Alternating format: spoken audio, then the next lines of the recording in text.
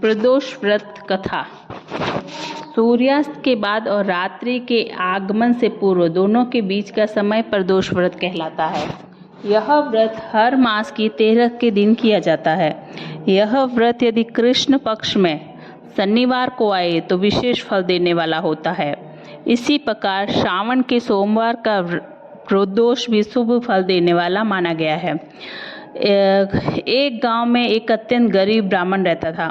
उसकी पत्नी सत्य मार्ग पर चलने वाली और धार्मिक प्रवृत्ति की थी। वह नियमित प्रदोष व्रत किया करती थी। एक समय की बात है कि ब्राह्मणी का पुत्र गंगा स्नान के लिए गया हुआ था। दुर्भाग्यवश रास्ते में चोरों ने उसे घेर लिया और बोले, तुम अपने पिता का गुप्त धन मुझे बता दो, वरना हम तुम्हें मार डालेंगे। बालक ने बड़ी विनम्रता से उत्तर दिया, हम लोग तो बहुत गरीब हैं, हमारे पास धन कहाँ है। चोरों ने बालक की पोटली की ओर इशारा करते हुए पूछा, तेरी इस पोटली में क्या बंधा है।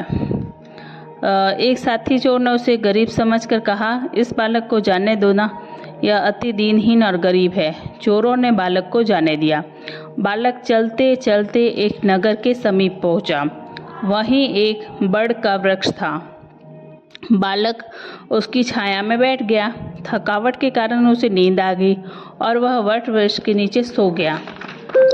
उधर राज्य के सिपाही चोरों की खोज करते हुए उस बालक के पास आ गए। सिपाही बालक को चोर समझकर राजा के पास ले गए। राजा ने भी उसे चोर समझकर कारावास की आज्ञा दे दी। उधर बालक की माँ प्रदोष व्रत किया करती थी। व्रत के प्रभाव से उसी रात राजा को स्वप्न दिखाई दिया कि तुमने जिस बालक को कारागार में बंद किया है वह निर्दोष है, उसे प्रातः छोड़ देना, अन्यथा तुम्हारा राजपाट शीघ्र ही नष्ट हो जाएगा।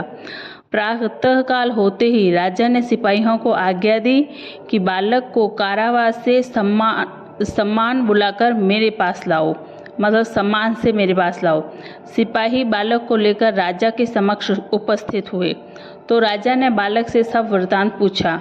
वृतांत सुनने के पश्चात राजा ने सिपाहियों को भेजकर बालक के माता पिता को अपने दरबार में बुलवा दिया। राजा ने ब्राह्मण और ब्राह्मणी को भयभीत देखकर कहा, तुम भय मत करो, तुम्हारा बालक निर्दोष है। हम तुम्हारी दरिद्रता देखकर 5 गांव तुम्हें दान में देते हैं। इस प्रकार प्रदोष व्रत के प्रभाव है भोलेनाथ की कृपा से ब्रह्मणी उसका परिवार सुख से रहने लगा। तो प्रदोष व्रत करने का यह फल मिलता है। जय श्री कृष्ण दोस्तों।